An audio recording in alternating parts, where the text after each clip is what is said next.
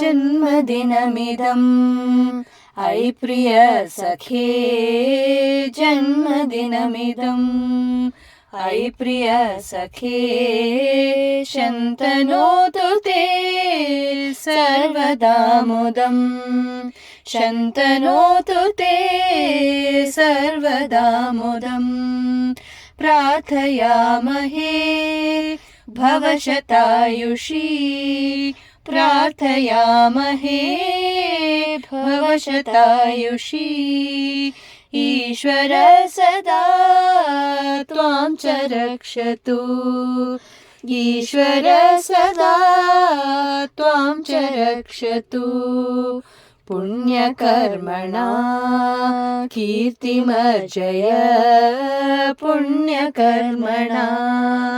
कीर्तिमर्जय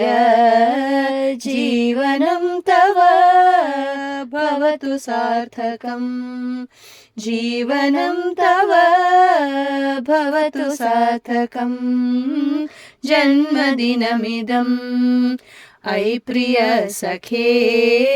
जन्मदिनमिदम् अयि प्रिय सखे शन्तनोतु ते सर्वदा मुदम्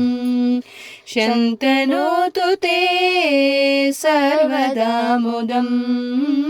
सर्वदा मुदम् सर्वदा मुदम्